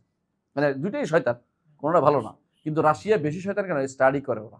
এই জন্য তারা জায়গা মতো বসায় যে এখানে এদের বসাইলে এটা কাজ করবে ভালো, এটা বসলে সুন্নিরা কিছু করতে পারবে না। এরা সাহায্য করে এই আমাদের ইয়েমেন দখল করে নিয়েছে, শিয়ারা নিয়ে গেছে। এখন ইয়েমেনের হুতিরা ছিল জারুদি শিয়া, জাইদি শিয়া, এদেরকে বানাই ফেলছে এখন ইরানি শিয়া, এই ইসনা আশারি শিয়া, সবচেয়ে নিকৃষ্টতম শিয়া বানাই ফেলছে। এরপরে এরা দখল করে নিচ্ছে লেবানন, এরা দখল নিচ্ছে, এরা ইরাক দখল করে নিছে, এরা দখল করে নিছে আজারবাইজানের অংশ, এরা দখল করে নিছে লেবাননের অংশ দখল করছে। এরা এইভাবে তারা বাহরাইনের অংশ দখল করে নিছে। এর অর্থ হচ্ছে এরা যেভাবে হোক তারা সারা 6টা রাষ্ট্র তারা আমরা এখন 7টা রাষ্ট্র পেয়ে গেছি, ওরা খুশি, এখন 7টা রাষ্ট্র তারা পেয়ে গেছে। এভাবে তারা খুশি যে 7টা রাষ্ট্র তারা পেয়ে গেছে। এই যে এই ফেতনাটা যদি আমি গৌণ করে দেখি যে আমরা শিয়া সুন্নি কিছু না, আমরা ভাই বোন, আমরা সব ভালো সব, তাই না? আমরা সব ভালো। এটা কি উম্মতে মুসলিমা যদি কোনো অন্তরে কারো ইমানের দরদ থাকে সে ব্যক্তি সুখ থাকতে পারে না। কিভাবে সুখ থাকতে পারে? আপনি আপনার রব শিরিক দেখতে পাচ্ছেন। শিয়াদের কিতাবে লেখা আছে কি, আমি একটু উদাহরণ দিব। তাদের বড় কিতাব হচ্ছে, আমাদের বুখারী আছে না, তাদের বড় কিতাব হচ্ছে আল কাফিল কুলাইনি। কুলাইনির একটা কিতাব আছে, কুলাইনি ওদের হচ্ছে বড় বুখারীর মতো ব্যক্তি, বুখারী এর কিন্তু কুলাইনি ওদের বইয়ের নাম, কুলাইনি ব্যক্তির নাম, আর বইটার নাম হচ্ছে আল কাফি, বুঝছেন তো? আল কাফি বইতে আছে, আমি একটা নাম, বাবুন আইম্মাতু ইয়ালামুল গায়ব, অধ্যায় ইমামরা সব গায়েব জানে। এটা বাংলা আরবি বলে, বুঝছেন তো? আর বলছে বাবুন, অধ্যায় বিন্যাস করছে, এর মধ্যে আরো নিজে বর্ণনা নিয়ে আসতেছে, অধ্যায় বিন্যাস করছে। আল আইম্মা ইয়ালামুনা মা ফিল গাদ, আগামী দিন কি হবে জানে নবীরা, ইমামরা তাদের হাতে আল্লাহ তাআলা সব দিয়ে দিছে, জগতের চাবিকাঠি। এভাবে একটা একটা করে সবগুলো শিরকের অধ্যায় দিছে। আপনি যদি পড়েন আপনি বলবেন যে এটি কোন ধরনের কথা, এটা কি ইসলামের কথা না, এটি শিরকের কথা বলতেছে আমাদেরকে। ইমামদের নিয়ে তারা কি বানাইছে জানেন? ইমামদেরকে আগে তারা রাষ্ট্রপ্রধান পূজা করতে, এখন ইমামদের পূজা শুরু করছে, এর বাইরে কিছু নেই। এই ইমামি সিস্টেম, এদের ইমামিয়া বলা হয়। এদেরকে নিয়ে আপনি চুপ থাকেন, আপনি বলেন যে এরা আমাদের ভাই বন্ধু। এরা যে বেদাত চালু করছে, গাদিরে খুম বুঝেন না, বলে রাখি, এটা শোনার দরকার আপনাদের, কারণ আপনাদের বিভ্রান্ত করবে। জিলহজের 17-18 তারিখের দিন রাসূলুল্লাহ সাল্লাল্লাহু আলাইহি ওয়াসাল্লাম যখন মদিনা থেকে ফিরছিলেন, মক্কা থেকে ফিরছিলেন হজ করে, এমন সময় আলী রাদিয়াল্লাহু আনহু তার ব্যাপারে কিছু লোক এসে অভিযোগ দিল যে তিনি আমাদের এটা করে। আর মিথ্যা অভিযোগ দিছে। আলী রাদিয়াল্লাহু মধ্যে ব্যক্তি কি এগুলো করে? মিথ্যা কথা বলছে। আলী রাদিয়াল্লাহু তখন বললেন যে যেখানে আসে জায়গার নাম হলো গাদির, এই জায়গা হলো খোম একটা জায়গার নাম ছিল ওখানে। তো ওই জায়গাতে তিনি একটা পুকুর ছিল বিশাল, গাদিরের তো পুকুর, পানির একটা ছোট সিনি ছিল। এই জায়গায় তিনি ডাকলেন, ডেকে বললেন যে এখানে তোমরা একত্রিত হওয়ার বলে তিনি কঠিনভাবে বললেন যে আলী যাবে ওখানে, আলীর বিরুদ্ধে কোনো কথা আমি শুনবো না। যে ব্যক্তি আলীর বন্ধু আমার সাথে বন্ধুত্ব রাখে, আলীর সাথে বন্ধুত্ব রাখো, এই কথা বলে তিনি তাকে আবার ইয়েমেনে পাঠাইলেন। কি জন্য? ইয়েমেন শাসন করার জন্য, ইয়েমেনকে দেখার জন্য। এই যে তাকে যে বলছেন, এটা নিয়েই ইরানিরা, শিয়ারা এখন মহা খুশি যে তাকে তো খলিফা নির্বাচন করে গেছে। কিসের খলিফা? বুঝছেন তো কথাটা? এটা দিয়ে তারা দাবি করতেছে, এটা তারা এখন ঈদ বানাই ফেলছে। আর আমাদের দেশে ইসলামিক হইয়া, নাম বলতে চাই না, বুঝে নেবেন আপনারা, ইসলামিক হইয়া তাদেরকে শুভেচ্ছা জানাচ্ছে, গাদির খুমের শুভেচ্ছা দিচ্ছে। ইমান কোথায়, ইসলাম কোথায়? আবু বকর ওমর কই যাবে, ওসমান কই যাবে? এদের উদ্দেশ্য কি আপনি বুঝছেন? গাদ্দারি খুমের উদ্দেশ্য হচ্ছে আলী ঠিক, 3 খলিফা ঠিক নাই। বুঝছেন তো আপনি কথাটা? মানে উদ্দেশ্য এটা। এরা এই দিনে ঈদ পালন করে, এই দিনে ঈদ পালন করে, আর আপনি এই দিনে তাদেরকে শুভেচ্ছা জানাচ্ছেন। আপনি কি পাগল না আপনি মাথা খারাপ? কোনটা? আপনি কি বলতে চাচ্ছেন? আপনি বুঝেন কি কাকা কি বলতেছেন? কিসের ভিত্তিতে আপনি এদেরকে ঐক্যের দিকে তাকতেছেন? এরা যে দিনটা শেষ করে দিল, আর আপনি তাদেরকে ডাকতেছেন আমার দিকে যে তুমি একটা ভালো কাজ করতেছো। কথা বুঝেন নাই? আপনার পরিবারের কেউ গালি দিল, আর আপনি তাদেরকে শুভেচ্ছা জানালেন। আমরা আবু বকর ওমরকে আমাদের প্রাণের চেয়ে ভালোবাসি। কারণ রাসূলুল্লাহ সাল্লাল্লাহু আলাইহি ওয়াসাল্লাম ভালোবাসার কারণ, রাসূলকে ভালোবাসতে, রাসূল বলছে ভালোবাসতে তাদেরকে, আবু বকর ওমরকে। এবং বলছে ইক্তাদাউ বিল্লাযাইনি মিন বাদি আবি বকর ওমর, আমার পরে দুইজনকে তোমরা অনুসরণ করো, আবু বকর ওমর স্পষ্ট বলে দিয়েছে। সেইখানে আমার পরে আবু বকর ওমরের অর্থ কি? তারা খলিফা হবে। বিল্লাযাইনি মিন বাদি, আমার পরে আবু বকর ওমর বোঝা যাচ্ছে খলিফা হবে। তারপরে রাসূলুল্লাহ সাল্লাল্লাহু আলাইহি ওয়াসাল্লাম নিজে আবু বকরকে মুসাল্লায় বসাইছে, নামাজের মুসাল্লায় ইমামতি করতে দিছে। আর আবু বকর নামাজ পড়াচ্ছে, রাসূল দরজা খুলে দেখে খুশি হয়েছে যে আবু বকর নামাজ পড়াচ্ছে, এবং বলেছেন আবাল্লাহু ওয়া রাসূলুহু ইল্লা আবু বকর, আল্লাহ রাসূল আবু বকর ছাড়া কারো উপরে আর খুশি হবে না। কিন্তু সরাসরি বলে যান নাই খলিফা কারো, এটা ঠিক আছে, কিন্তু তার কর্মকাণ্ড সব বুঝাচ্ছে আবু বকর কেন্দ্রিক। এবং এক মহিলা এসে বলছে ইয়া রাসূল আমাকে এটা দেন, এটা দেন। কয় আগামী বছর আসো। ওরা আগামী বছর আপনি জীবিত না থাকলে আবু বকরের কাছে যাইবা। শিখাই দিছে কি করতে হবে। এত কিছুর পরেও ওরা দাবি করতেছে আবু বকর ওমরের খেলাফত, ওসমানের খেলাফত নাই, সব খেলাফত কার? আলী রাদিয়াল্লাহু আনহুর জন্য। আলী রাদিয়াল্লাহু খলিফা তো চতুর্থ না, ওরা প্রথম খলিফা মানার জন্য যেই পর্ব পালন করতেছে আবু বকর ওমর ওসমানকে বাদ দেওয়ার জন্য, ওই পর্বে আপনি তাদেরকে শুভেচ্ছা জানাচ্ছেন। আপনার কি আকল বুদ্ধি কমে গেছে না পাগল হয়ে গেছেন? কোনটা? আমি কেন বলতে চাচ্ছি, আকীদার গুরুত্ব না থাকলে এটাই হবে। আপনি বোঝা উচিত এটা একটা কি আকীদার ইতিহাসে দেখা যাচ্ছে এটা বড় ধরনের ক্ষতির কারণ হচ্ছে, এটা আর কিছু না। বড় ধরনের সমস্যা তৈরি করছে এই আকীদার ইতিহাসে, এরা সমস্যা তৈরি করছে। এদেরকে আপনি চিহ্নিত করে রাখুন, এদেরকে ঠিক করার চেষ্টা করুন, না হলে এদেরকে আপনি বয়কট করুন। এরা কোনোদিন ইসলামের কোনো উপকার করে নাই। ইতিহাসে যত যুদ্ধ হয়েছে, বাইতুল মাকদাস উদ্ধারের জন্য যুদ্ধ হয়েছে, কোনোদিন কোনো শিয়া যুদ্ধ করেনি। কেন শিয়া যুদ্ধ করে জানেন? কেন যুদ্ধ করে না? ইমাম না আসা পর্যন্ত তাদের কোনো যুদ্ধ নাই, তারা মনে করে। এই জন্য তারা যুদ্ধ করে সব প্রতিরোধমূলক অথবা দখলমূলক, কাফেরদের বিরুদ্ধে কোনো যুদ্ধ করে না। যুদ্ধ করবে শুধু সুন্নিদের বিরুদ্ধে। যত যুদ্ধ সব সুন্নিদের বিরুদ্ধে, কাফেরদের যুদ্ধ দেখানোর জন্য। হ্যাঁ, 200 আমার একজন ইহুদি মারা যাবে না। যে আপনি কোন ধরনের যুদ্ধ পাচ্ছেন? আপনি বুঝেন না এটা কিছু? 200 আমার ক্ষেপণাস্ত্র মারবে, আপনি একটা ইহুদি মরবে না। আপনি কি মনে করেন এটা? প্রিয় ভাইরা, যেটা বলছিলাম যে এই শিয়ারা বেরোছে ওই সময়, ঠিক না? এরপরে বের হইল কাদারিরা। কাদারি বুঝছেন?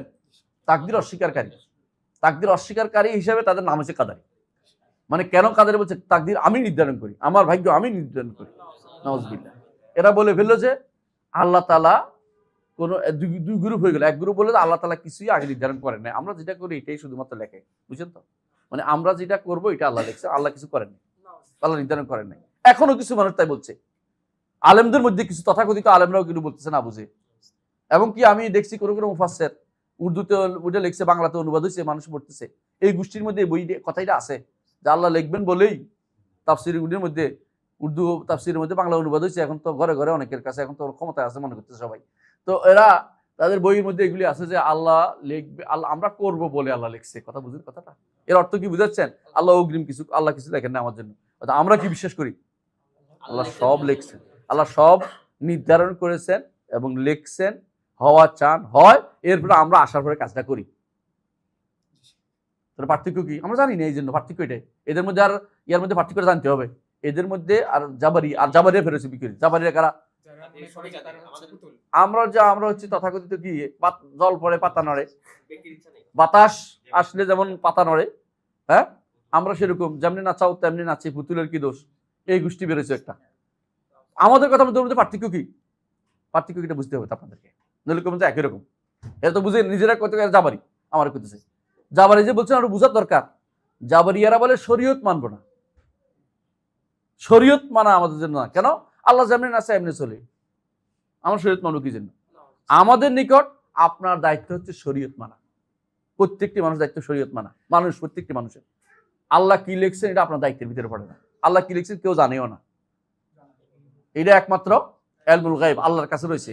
আল্লাহ কি নির্ধারণ করেছেন, কি লিখেছেন, কি চাইছেন, কি সৃষ্টি করেছেন, কিছু জানি না। আমরা আল্লাহ তাআলা যেটা জানা সেটা জানি। আমাদেরকে বলছে শরিয়া মোতাবেক চলতে। আল্লাহ বলে দিয়েছে, তার নবীকে বলছে সুম্মা জাআলনাকা আলা শারিআতিন মিনাল আমরি, আপনাকে তারপর আমরা আল্লাহর শরীয়তের উপর রেখেছি। বলে নাই যে আপনাকে গায়েবের খবর দিচ্ছে, আপনার কি ঈমানদার হবে। আল্লাহ শুধুমাত্র একজনের কথা বলে দিয়েছেন কোরআনে, তিনি হচ্ছে আবু লাহাব। আবু লাহাবের কথা বলছে শুধুমাত্র, তাব্বাত ইয়াদা আবু লাহাবি ওয়া তাব্বা। ওরে ওই ব্যক্তি বলতে পারতো যে আমারে কেন আল্লাহ উঠে লিখলো।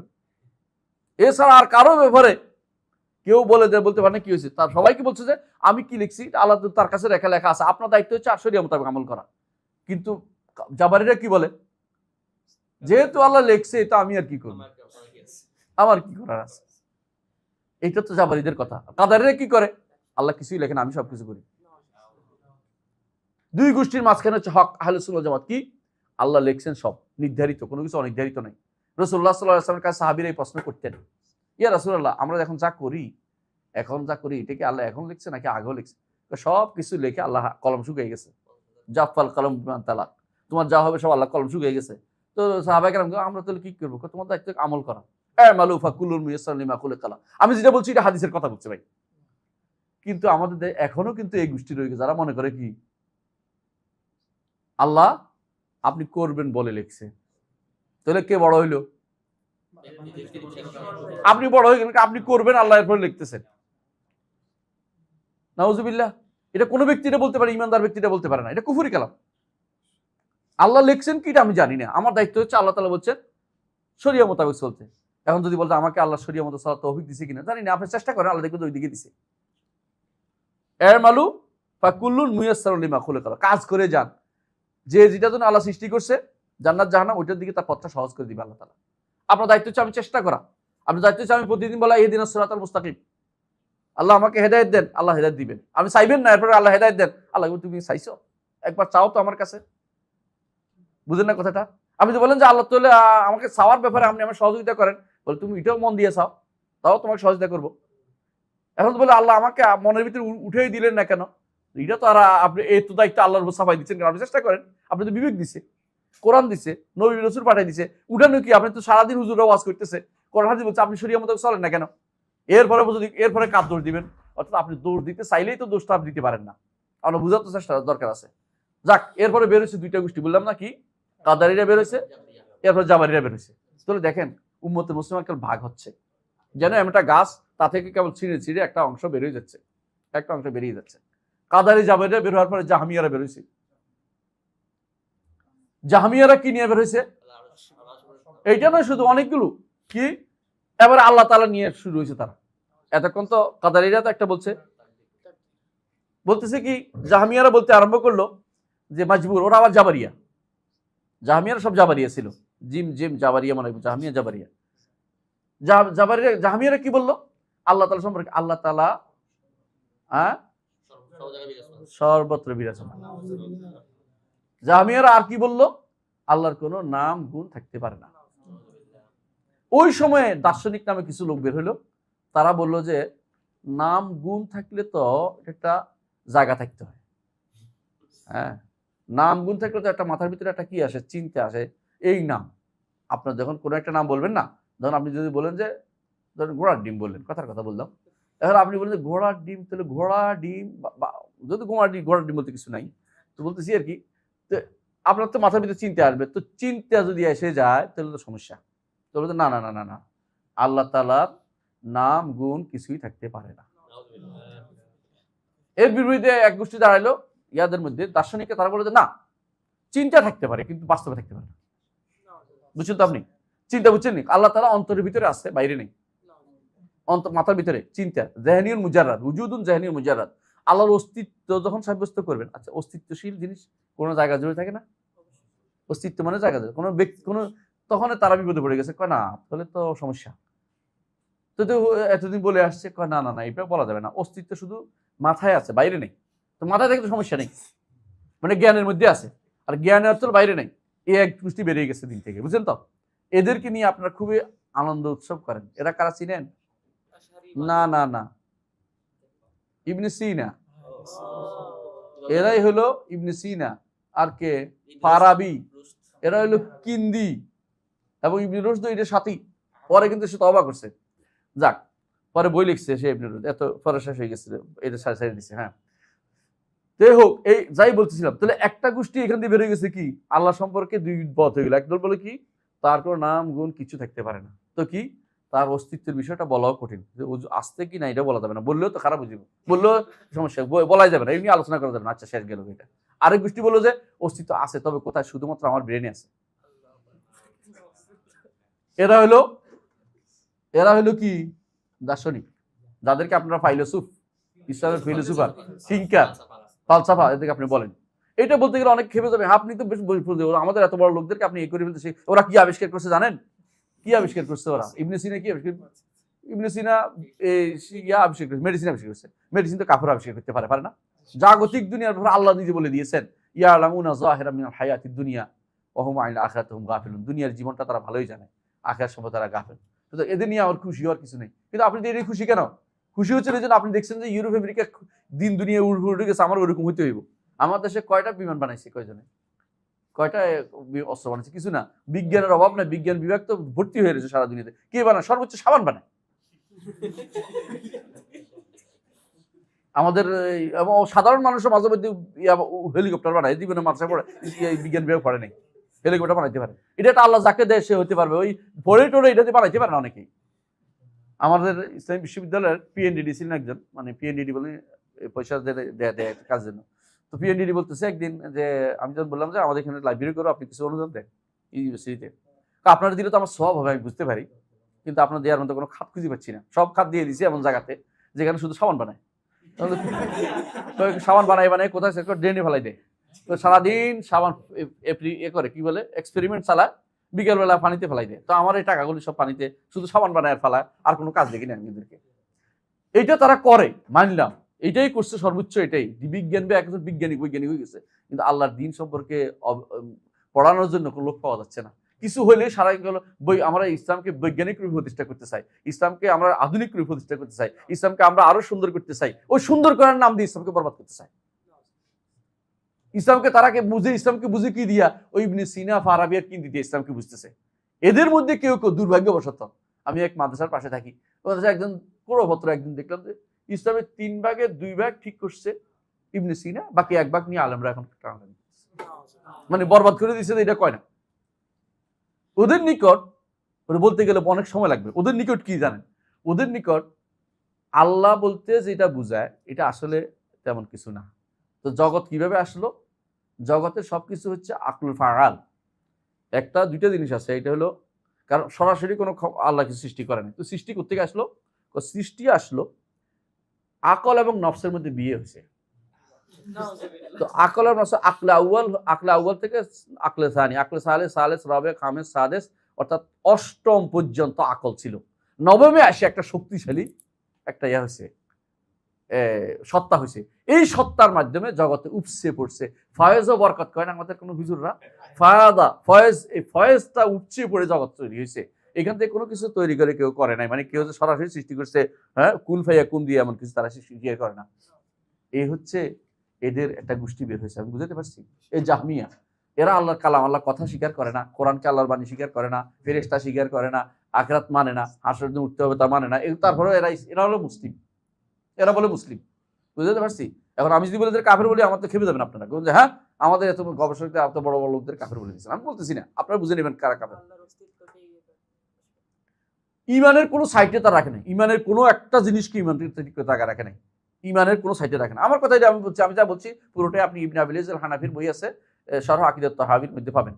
ইবনে আবিল আল হানাফি উনি লিখছে, তার শরহ আকিদাত তাহাবির মধ্যে এই কথাগুলো লিখছে। আমি যেগুলো বলতেছি এখনকার যেটা বলতেছি, এতক্ষণ যেটা বললাম। তাহলে এই একটা গোষ্ঠী বেরিয়ে গেল, গাছটাতে কাটা একদম বেরিয়ে গেল। আরেক গোষ্ঠী এসে বলল যে আসলে দিনের তো প্রকাশ্য রূপ নিয়ে এরা বসে আছে, দিনে তো গোপন একটা দিক আছে। এবার ওই বাতিনি ফেরকা একটা বেরোয়। এই বাতিনি ফেরকা কারা জানেন? বাতিনি ফেরকার মধ্যে দুরুজরা, নোসাইরিরা, বাতিনি ফেরকার মধ্যে আগাখানিরা, বহরারা, ইসমাইলিয়ারা, চিনেন? এগুলি চিনেন না? না সব চিনেন না? বাংলাদেশে আছে বাহাইরা, বাহাই চিনেন তো? আপনাদের কাছে বাহাই সেন্টার আছে বিশাল, বসুন্ধরা আগাখানি আছে, কাছেই, নাম বলতে চাই, নাম বুঝেন। এগুলি সবগুলি হচ্ছে বাতিনি ফেরকা। এদের নিকট স্রষ্টার কোনো, যেহেতু এরাও আবার দার্শনিক, স্রষ্টার যেহেতু বাইরের কোনো অস্তিত্ব থাকতে পারে না, শুধু ব্রেনে আছে, স্রষ্টার স্বরূপ হচ্ছে ইমাম। মানে স্রষ্টার যেহেতু বাইরে থাকতে পারে না, স্রষ্টা তখন ইমামের মধ্যে প্রকাশ পাবে। ইমামকে খুশি করতে পারলে তাহলে স্রষ্টা খুশি হয়ে গেল। বুঝলেন না কথাটা? কারণ ইমামের জন্য তারা সবকিছু, অর্থাৎ আগা খান হচ্ছে তাদের কাছে সবকিছু। এদের অস্তিত্ব কোত্থেকে আসছে? ইসমাইলিয়া তাদের কেন বলা হয় জানেন? তাও শিয়াদের থেকে আসছে। কয়েকজন নাম বলি, বুঝতে পারবেন। ইতিহাস জানা খুব জরুরি। আপনি আকীদার ইতিহাস জানা, আকীদার ইতিহাস জানাটা আপনাদের জন্য খুবই জরুরি। শিয়ারা প্রথম হচ্ছে আলী, বুঝছেন তো, 12 জন ইমাম মানাবে। দ্বিতীয় হচ্ছে আলী রাদিয়াল্লাহু আনহুর ছেলে হাসান। তৃতীয় হলো হোসেন। হোসেন রাদিয়াল্লাহু আনহুর পরে আর হাসানের সন্তান দিকে যায় না, হোসেনের সন্তান দিকে চলে গেছে। কেন যায় বলেন? হোসেন রাদিয়াল্লাহু আনহু পারস্য রাজার মেয়ে বিয়ে করছে, এই জন্য ওইদিকে চলে গেছে। এটা আর ওইদিকে যায় না, আরবের দিকে যায় না, বুঝছেন তো। ওই ঘরের সন্তান ছিল আলী ইবনে হুসাইন, উনি, ওনার সন্তান হচ্ছে জাফর সাদেক আর মোহাম্মদ আল বাকের, উনি ইমাম। মোহাম্মদ আল বাকের 2 ছেলে ছিল, একজন ইসমাইল, আরেকজন হইল মোহাম্মদ আর হইল জাফর। তো যারা ইসমাইল অনুসরণ করে ওরা ইসমাইলিয়া ফেরকা, জাফরের অনুসরণ করে যারা জাফরিয়া কয়, বর্তমান ইরানিরা জাফরিয়া এরা বলে, মানে যারা শিয়ারা বেশিরভাগ জাফরিয়া, এগুলি সাইডে বাতনি হয়ে গেছে। ইসমাইল আসলে কিছু বলে না, ইসমাইলের নাম দিয়ে তারা চলে, ওরা আসলে হচ্ছে গোপন ইসলামের শত্রু। ওরা এরাই আলামুদ দুর্গ প্রতিষ্ঠা করছে, এরাই অ্যাসাসিন গোষ্ঠী, হাসাসিন বলে, ওদেরকে অ্যাসাসিন গোষ্ঠী বলে। এরাই সারা দুনিয়া, ওই তখনকার সময় হাসান বিন সাবার গোষ্ঠী ছিল, এরা তখন কি করতো, ওই মানুষকে মেরে ফেলতো, খলিফাতুল মুসলিমিনকে মেরে ফেলতো, বিভিন্ন জায়গাতে আক্রমণ করতো, ওদের এলাকা ভর্তি ছিল এই দুনিয়াতে। ওদের সম্পর্কে আমাদের জানা দরকার আছে। এর সন্তানরা এসে পরবর্তীতে, এদের সন্তান 2 ভাগ হয়ে গেল, এরা হলো বাতিনি ফেরকা, এরা শিয়া ফেরকা। এরাই দুনিয়া এখন বিভিন্ন জায়গাতে আছে। এদেরকে প্যাট্রোনাইজ কারা করে? ইউরোপরা পুরোপুরি এদেরকে লালন পালন করে, বুঝছেন তো। তাহলে আপনি বলেন তো, ইয়া কোথায় থাকে, এই প্রিন্স করিম কোথায় থাকে? আগা খান, দেখছেন তো কেমনের ফালে। ও আমেরিকা থাকতো, ওর নাগরিকত্ব আছে সব জায়গায়, যেখানে যায় সেখানে, কোনো সমস্যা নেই। বাংলাদেশও উদ্দিনদের শাসন, উদ্দিনদের শাসন ছিলেন। উদ্দিন কটা ছিল না মাঝখানে? ফখরুদ্দিন, অমুকুদ্দিন, তমুকুদ্দিন, মসুদুদ্দিন। উদ্দিনদের শাসনে এসে তারা একটা জায়গা দখল করছে আপনাদের বসুন্ধরায়, দেখছেন তো, এই জামাতখানা করছে, দেখছেন তো। মানে ওরা এমন টাইমে আসবে যে জানে যে কি নিতে পারবে না নিতে পারবে, কারণ ওদেরকে যেভাবে বসাইছে। এখন ফখরুদ্দিন কোথায়? আমেরিকা। মাসুদ্দিনটা কোথায়? আমেরিকা। কারণ বুঝছেন আপনি কিভাবে জায়গা মতো বিট করে। ঠিক এই যে ফিলিস্তিনের যে বর্তমান নেতা, ফিলিস্তিন বলো মানুষ ছিলেন এটারে, মাহমুদ আব্বাস আবু মায়াজেন, ফিলিস্তিনের নেতা, যে অভিসংবাদের নেতা ছিল ইয়াসির আরাফাত, ওকে কিভাবে পয়জন দিয়ে মেরে ফেললো। ওর জায়গায় এমন একটা লোককে বসাই দিল, সে হলো বাহাই। ফিলিস্তিনটা কি সুন্নি, সবগুলি বসাই দিল কারে? শিয়াদের শিয়া, বাতিনি শিয়া। এবং তারা মনে করে ইসলাম এখন আর নাই, ওরে বসাই দিছে। আপনি বলতেও পারবেন না কেমনে বসাই দিছে, কোত্থেকে আসলে কেউ বলতে পারে না। তারে ক্ষমতার মধ্যে প্রেসিডেন্ট বানাই দিল, আপনি কেমনে ঢুকলাম চিন্তা করে দেখেন তো। কেউ তারা চিনল না, কিভাবে সে বাহির ক্ষমতায় চলে আসে। এইভাবে তারা প্যাট্রোনাইজ করে। এইগুলি আমাদের যে সমস্ত সেক্টগুলি আছে, এগুলি প্যাট্রোনাইজ সবসময় আমেরিকা করবে। আপনি দেখবেন এরা কিন্তু ওখানে জায়গা পায়। ওখানে ইরাকে যখন আক্রমণ করলো, কারা কারা আমি জানি না, ঠিক না, আক্রমণ করা বুঝলাম, যা ইয়াজিদি ফেরকারা কি করে, শয়তানের পূজা করে। শয়তানের পূজারি আছে বাংলাদেশ, পৃথিবীতে এখন অনেক, বাংলাদেশও আছে। এই যে কয়দিন হ্যালোইন গেল না, হ্যালোইন কাদের? শয়তান পূজারীদের। এদেরকে আপনি একটা আক্রমণ করে দেখেন না, আপনার এদের কেউ আমাদের দেশে কেউ কানবে না, ওদের জন্য কানবে কে জানেন? আমেরিকা, লন্ডন, সবার আগে। প্রত্যেকের লেজ ওখানে, প্রত্যেকের মানে ওখান থেকে নড়াচড়া করে সবকিছু। এটা ওইটা আক্রমণ করে ওখানে চলে যায়, এই যে কাদিয়ানি কোথায় থাকে? লন্ডনে। কেন লন্ডন থাকে জানেন? ওখান থেকে আক্রমণ সুবিধা, ওখানে সবাই জায়গা হয়, কোনো সমস্যা হয় না। কথা বুঝেন? আপনার শত্রু এত মিত্র হলে ওখানে জায়গা দিবা। আপনারা তো বিষয় দিতে গেলে 10 বার বাছাই করবে, আপনি কোনো দাড়ি আছে কিনা, কোথাও সমস্যা আছে কিনা। কিন্তু ওদের কোনো সমস্যা নেই, ওরা যত কিছু হোক না কেন, ও দাঁড়িয়ে রাখলে সমস্যা নেই। কেন? ওটা কাঁদিয়ে নি, ওরা তো ভাই, ওরা তো বোহরা, ওদের কোনো সমস্যা নেই। দেখেন ওদেরকে বোহরাতে আপনি সারা দিনে দেখতে পাবেন ব্যবসা করতেছে। বোহরা ছিলেন তো, বোহরা, সোলাইমানিয়া, দাউদি, এর সবই বোহরা।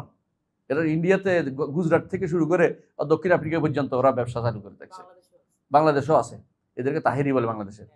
ছিলেন না, চট্টগ্রামে একটা গোষ্ঠী আছে, এই তাহেরি না, তাহেরি না, এটা আরেক তাহেরি, এটা তাহেরি ফেরকা বলে, এটা আলাদা আছে, বাংলাদেশে একটা আছে। আপনি দেখবেন যেদিন আগা খান নামবে, আপনি দেখবেন আগা খান নামবে সেদিন দেখবেন যে মেয়েরা চুল বিছিয়ে রাখছে বিমান থেকে, মাটিতে বাঁধে না। মাটিতে বাঁধিবে কেন?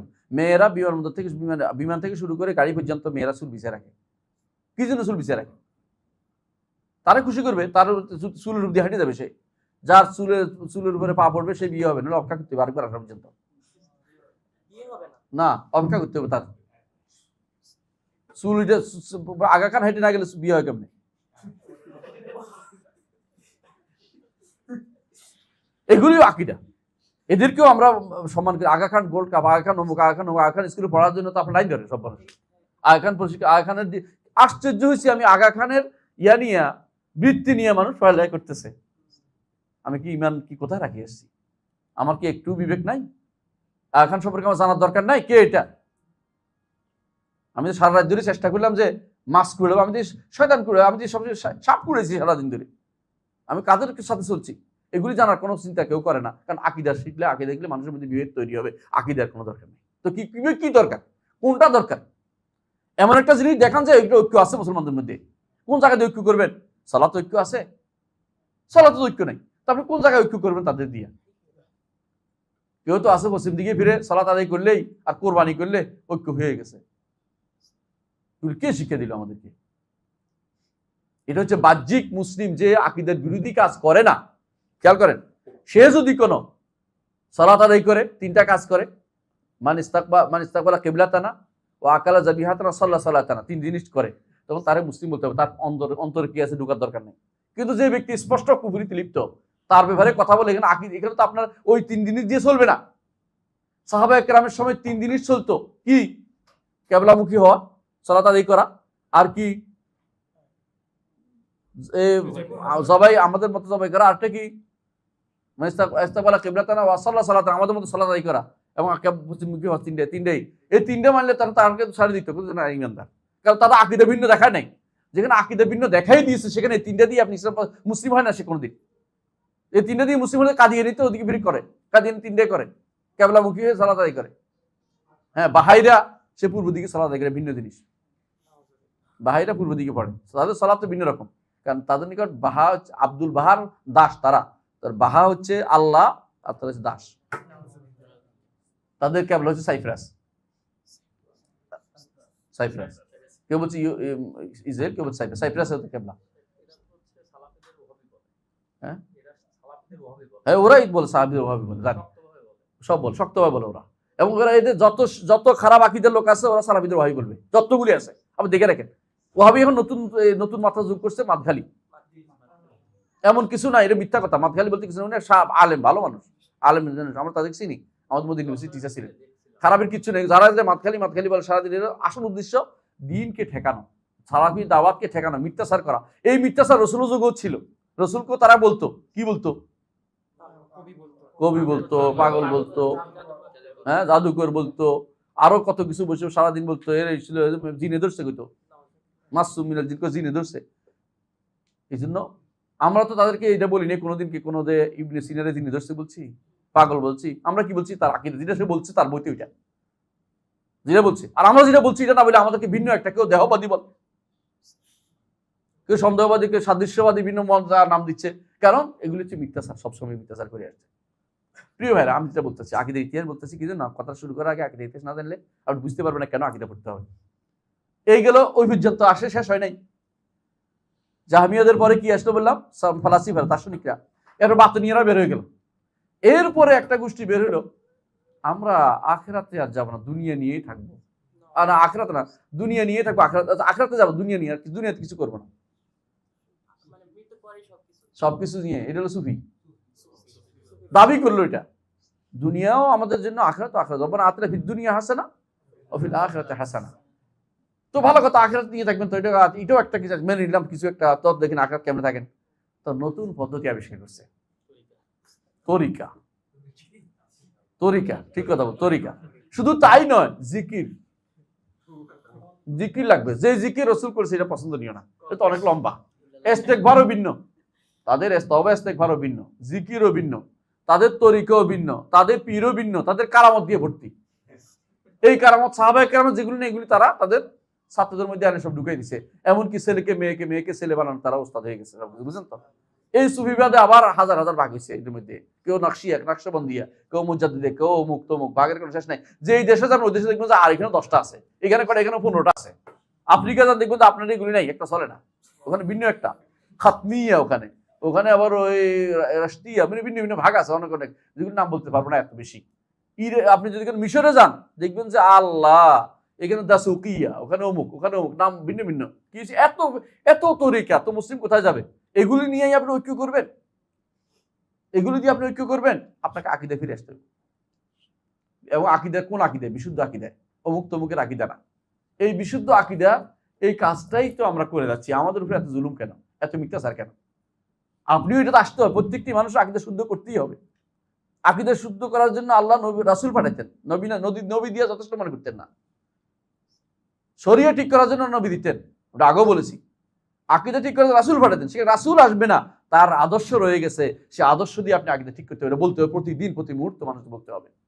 গেল এটা, কেরা গেল? সুফিরা। সুফিদের ফলে এক গোষ্ঠী বেরোলো যে বিবেককে প্রাধান্য দিতে হবে, এবারে গেছে আকলের দিকে। এরা কারা? এরা কারা? এরা কোত্থেকে আসলো? এরা হইলো দার্শনিকদের ছাপোষা, মাখানিস। মাখানিস, এরা হলো মাখানিস, মানে খুনসা, খোঁজা, দার্শনিকদের খোঁজা, বুঝছেন তো? দার্শনিকদের খোঁজা সন্তান, মানে যে যেগুলি বাচ্চা, ইয়া না, এটাও পুরুষও না মহিলাও না, এরকম, মানে এটাও না, কতক্ষণ এটাও না, দার্শনিকও হইতে পারে নাই, আবার আকলটাও পুরোপুরি দিতে পারে না, মাঝামাঝি একটা বেদারে আছে। তো এরা কি? এরা হলো মোতাকালিফ পরে, এটা হলো মাখানিসুল মুতাজিলা, এটা আলাদা। দার্শনিকরা হচ্ছে, মুতাজিলারা হচ্ছে মাখানিসুল ফালাসিফা। ফালাসিফাদের খোঁজা হচ্ছে মুতাজিলা, কিন্তু আকলকে প্রাধান্য দিব, আবার দিনটা একবার বাদ দিতে পারে না। তো বলে যে আল্লাহকে মানি, আল্লাহর নামগুলিও মানি, তবে নামগুলি অর্থ মানি না, কারণ নামগুলি অর্থ মানলে সিফাত হয়ে যায়, সিফাত তো মানবই না বলছি। আর কোরআনকে, কোরআন তো মাখলুক, সৃষ্ট জিনিস, আল্লাহর বাণী না। তো আর কি? আর বিবেকে ধরে না, কবর আযাব নাই। এখন তো এটা আছে কিনা? নাই, এখন আছে কিনা? ফিল্ডে আছে। তো কি 18 দিন ফারাইতে হবে না, ফুলসেরা দিয়ে ফারাইতে হবে না, 18 দিন মিজান নাই। আমি তো মিজান পাই নাই, কি আপনাদের বক্তা দেখেন না কেমনে বলে? হ্যাঁ, আমি তো মিজান কোথায়, উনি মিজান কোথাও পাই নাই। এরা কি বলে নামাজ পড়লে জান্নাত যাবে, এটা কোথাও পাই নাই, কোরআন শরীফ বসছে সে, বুঝলেন না কথাটা? তাদের কাছে ভিন্ন ভিন্ন নীতি চলে আসছে, যেগুলো কোরআন সুন্নাহর নীতি, সে ভালো লাগে না। এরা কিন্তু পুরোপুরি আকলা নেই, এরা মুতাজিলা। এই মুতাজিলারা কি না করেছে? এই মুতাজিলাদের বিরুদ্ধে একমাত্র কঠিনভাবে দাঁড়িয়েছে কি আহমদ ইবনে হাম্বল রাহিমাহুল্লাহ। এর আগে যারা ইমাম ছিল এই সময় ফিতনাটা আসে নাই, এই জন্য ইমামরা দাঁড়ায় নাই। ওই সময় ফিতনা যখন আসে তখন ইমামরা দাঁড়িয়েছে, যে এক সময় ফিতনা আসছে ওই সময় ইমামরা দাঁড়িয়েছে। জাহমিয়াদের বিরুদ্ধে ইমামরা বই লিখেছে, 15টা বই আছে জাহমিয়াদের বিরুদ্ধে, আর রদ্দ আল জাহমি, ইমামদের লেখা বই, আর রদ্দ আল জাহমি। আরো যদি পড়তে পারো তোমরা, ইনশাআল্লাহ দেখবা, ও চিরে দেখবে, এগুলি তোমরা পড়ে, বই পিডিএফ দিয়ে আছে, বই পড়তে পারবা, তখন বুঝবা যে আকীদা কিসের নাম। এই কেন আমরা আলোচনা করতেছি যে আল্লাহকে সে আগে আকীদা শুদ্ধ করতে হবে। আমরা তো অন্য কিছু বলতে না, মানুষের ব্যক্তিগত জীবনে আক্রমণ করতেছি না, কি করতেছি, কিন্তু মূল আকীদা শুদ্ধ করতে হবে ভাই। আল্লাহ সম্পর্কে আকীদা শুদ্ধ না হলে আপনি কার কাছে যাবেন? আপনি যদি মনে করেন যে আল্লাহকে দেখবেন না, তাহলে আপনি জান্নাতে যায় কি করবেন? দুনিয়ার বুকে বড় নেয়ামত হচ্ছে আল্লাহকে জানা, আর আখিরাতে বড় নেয়ামত হচ্ছে আল্লাহকে দেখা। এখন আপনি যদি আল্লাহকে জানতে পারেন এই দুনিয়াতে, আখিরাতে আল্লাহকে দেখবেন না, আপনি সিদ্ধান্ত নিয়ে রেখেছেন, তো আপনার জন্য তার কিছু বাকি নেই। আপনি দুনিয়াতে আসলে বৃথা, আপনার দুনিয়াতে আসলে বৃথা হয়ে গেল। কিন্তু এটা বললেই তো আপনি খারাপ হয়ে গেলেন। এইটার বিরুদ্ধে কেন এত কিছু থাকতে, এগুলি এরকম মতের মধ্যে ভেজাল লাগায়, আর কিছু নাই। এবং গালি গালাদের শেষ নাই, পাগল বলতেও কোনো দেরি করবে না যদি কোনো এটা বলে, বুঝলেন আপনি কথাটা? আসেন, গেল মুতাজিলারা, কি কষ্ট দিচ্ছে মুতাজিলারা। 3 খলিফাদের কাছে হাত করছে, বুঝলেন তো? এই জন্য কেন আমি এই জন্য কিছু দৌলা যেগুলি ইসলাম প্রতিষ্ঠা করতে চাই, দৌলা ক্ষমতা যাইতে চাই, এদেরকে ভয় করি। কেন জানেন? এরা ইসলাম প্রতিষ্ঠা করতে ক্ষমতা যাইয়া আপনার কচু কাটা করবে, যদি আকীদা শুদ্ধ না। আকীদা শুদ্ধ না হলে আপনাকে ক্ষমতায় গিয়ে তারা আপনাকে আক্রমণ প্রথমটা করবে এবং মনে করে জিহাদ করতেছে, আপনাকে মাইরা তারা ইসলাম কায়েম করে মনে করতেছে। আপনি বুঝেন এটা? খলিফাতুল মুসলিমিনকে মারছে, আহমদ ইবনে হাম্বলকে আঘাত করতেছে, বেত্রাঘাত করতেছে। উনি তখন প্রথম বিসমিল্লাহ, দ্বিতীয় আলহামদুলিল্লাহ, আল্লাহু আকবার বলতেছে, এবং এরপর আর কিচ্ছু না, উনি শুধু আজকারগুলি পড়তেছে। বলতেছে খলিফাতুল মুসলিমিন তখনকার সময় বলতেছে যে আহমদ, তোমার উপর খুব দয়া হয়, দয়া করে তুমি বলো না যে কোরআনটা মাখলুক, তোমার ছেড়ে দিব। খলিফাতুল মুসলিমিন কি বলেছেন? আর আহমদ ইবনে হাম্বল বলছেন, আমিরুল মুমিনিন হাতিনি দলিল মিনাল কিতাব ওয়াস সুন্নাহ, আমিরুল মুমিনিন আমাকে একটা দলিল দেন কোরআন সুন্নাহ থেকে। আপনি কোত্থেকে নিয়ে আসছেন এগুলি? কথা এটা আমাদের কথা না, এটা আমাদের কথা না। শেষ পর্যন্ত ওয়াসেকের সময় তিনি একটা কথা বলছেন, সেটার জবাব দিতে পারেনি। ওয়াসেক শেষ পর্যন্ত মারা গেছে। ওয়াসেকের ছেলে বলতেছে যে আমি দেখলাম আমার বাবা সারা রাজ্যের চিন্তা করতেছে, এটা কি? আমি যে জিনিস দিয়ে আহ্বান করতেছি রসুল কি জানতেন? আপনি যে বলতেছে এটা আহমদ ইবনে হাম্বল, যে আপনি কি যেদিকে আহ্বান করতেছেন আপনার দাদা, আপনার পূর্বপুরুষ রসুল কি জানতেন? আপনার ইবনে আব্বাস জানতেন? যদি বলেন জানতেন, বলেন নাই, তাহলে মিথ্যা কথা বলছেন, কারণ রসুল তো সব বলাই করে বলে গেছেন। আর যদি জানেন নাই, আমাদের না জানলে অসুবিধা কোথায়? এই কথা না বলে আমাদের অসুবিধা কোথায়? যেটা বলেন নাই তারা। তিনটা তার ভালো করে অন্তরে নিচে এটা নিয়ে সারা রাত ধরে এটা বলছে, পরের দিন মরে গেছে। পরের দিন পরে খলিফা যিনি আসছেন তিনি বললেন যে যেই কারণে আমার বাবা মারা গেছেন এটা হতে দেওয়া যাবে না, এটা মিথ্যাচার, এটা বেহুদা কাম। খলিফাতুল মুসলিমিন তখন ঘোষণা করলেন যে যে হ্যাঁ, ওর নাম কি ছিল? খলিফা না, মুতাওয়াক্কেল আল্লাহ। মুতাওয়াক্কেল আল্লাহ খবর ঘোষণা করলেন যে এই ফিতনা আর চলতে দেওয়া যাবে না, কাউকে জিজ্ঞাসা করা হবে না তুমি কি। তখন নিয়োগ দিত কিরকম? জিজ্ঞাসা করতো, হ্যাঁ কিছুদিন আগে নিয়োগ যেমন দিছে অমুকের জাতি পিতা মানেন কিনা, এরকম, বুঝুন না কথাটা? এখন এই নিয়োগ তখনকে নিয়োগ দিত আল্লাহ কোরআনরে মাখলুক মানো কিনা, তো নিয়োগ দিত খলিফা, তো তার ইয়া বানাইতো, বিচারক বানাইতো, বুঝছেন তো? তারও বিভিন্ন পদ দিত, চাকরি দিত। যখন এই ফিতনা তো বিশাল ফিতনা, এরকম লোকেরা ক্ষমতা গেলে কি করবে? তা আপনি যে ক্ষমতা কারে নিতেছেন আপনি তো বোঝা দরকার, আপনি কারে নিতে চাচ্ছেন। আপনি বোঝা দরকার যে লোকটা আকিদা শুদ্ধ না, তো আপনারই প্রথম কবিতা এর নিয়ে জবে করে দিয়ে প্রথম শুধু কাজটা শুরু করে দিই, কারণ এ মনে করবে এটা কাজ, এটা করা দরকার। খলিফা মুতাওয়াক্কিল তখন বললেন যে এটা নিয়ে কাউকে পরীক্ষা করা যাবে না, এটা নিয়ে কাউকে পরীক্ষা করা যাবে না, কারণ এটা পরীক্ষা করার অর্থ হচ্ছে আমি বেহুদা কাজ করতেছি। তখন তিনি বললেন যে এটা বন্ধ করো, বরং আহমদ ইবনে হাম্বল যা বলে তা শুনতে হবে। সম্মানের সাথে তাকে বললেন যে আপনাকে আমি সম্মানের সাথে আমার প্রাসাদে দিতে চাই। বললাম আপনার প্রাসাদ, তোমার প্রাসাদ আমি যাবো না। খলিফা মুসলিম সব শুনলাম, বলে আমার মা কসম করছে, তোমার মা কসম কাফারা দিতে পারবে, তবে তোমার প্রাসাদে আমি যাবো না। আমি যেখানে আছি এখানে আমাকে শুধু আমার ছাত্রদেরকে কথা বলতে দাও, আমি পড়াইতে চাই, আমি শুধু হাদিস পড়াইতে চাই। এর আগে তাকে হাদিস পড়া দিত না। এই সময় ইমাম বাকি ইবনে মাখলাদ আল কুরতুবী রাহিমাহুল্লাহ তিনি ইয়া থেকে আসছে, কর্ডোবা থেকে আসছে এই বাগদাদে, কোথায় পশ্চিম কোথায় পূর্ব বুঝে আসছে, কারণ একটা তো পুরো একদম শেষ মাথায় বাগদাদে আসছে। আসার পরে শুনে যে আহমদ ইবনে হাম্বলের কথা বলা নিষেধ, কার সাথে পড়ানো নিষেধ, বুঝছেন তো? এই অবস্থা তৈরি হয় না বাংলাদেশে। আপনি তাকে পড়াইতে পারেন আলহামদুলিল্লাহ, কিন্তু আপনি পড়াবেন না, বলবেন না, আপনি সারাক্ষণ কেবল ঐক্য নিয়ে আসেন। কিসের ঐক্য করবেন? আপনি পাগল নিয়ে ঐক্য করবেন, কাদের নিয়ে ঐক্য করবেন? যদি ইমান আকিদা ঠিক নেই। বাকি ইবনে মাখলাদ গেছে, কোনো রকমে ঢুকতে পারে না, শেষে ভিক্ষুকের বেশ গেছে, ভিক্ষুক ধরে আল্লাহ দস্তে ঢুকে গেছে। বলে কিভাবে আসলে, তুমি কোথেকে আসছো? বলে আমি অনেক দূর থেকে আসছি, আমার ফেলে দিবেন না, দূরে দিবেন না, তারাই দিবেন না, আমি ইয়া থেকে আসছি, কর্ডোবা থেকে আসছি। কি জন্য আসছো? আপনার কাছে হাদিস শিখতে আসছি। বলতে হলে তো প্রতিদিন এই বুদ্ধি করে আসো। তো জিজ্ঞাসা করতেন, বিভিন্ন ধমক কামক দিয়ে তার 10টা হাদিস শোনাই দেন, মানে দিতেনও কিছু একটা, আবার 10টা হাদিস শোনা দিতেন, 10টা হাদিস মুখস্থ করে আবার আসতো। এইভাবে তিনি বাকি ইবনে মাখলাদ যে মুসনাদ দেখছে, এই মুসনাদ পৃথিবীতে সবচেয়ে বড় মুসনাদ। আহমদ ইবনে হাম্বল মুসনাদ আহমদ 40,000 হাদিসে, ওখানে প্রায় 40,000 হাদিস ছিল। এই জন্য এটা যে লিস্ট হয়েছে, ওই লিস্ট এখন সেরা, কার থেকে কত হাদিস বর্ণিত হয়েছে লিস্টের মধ্যে আছে।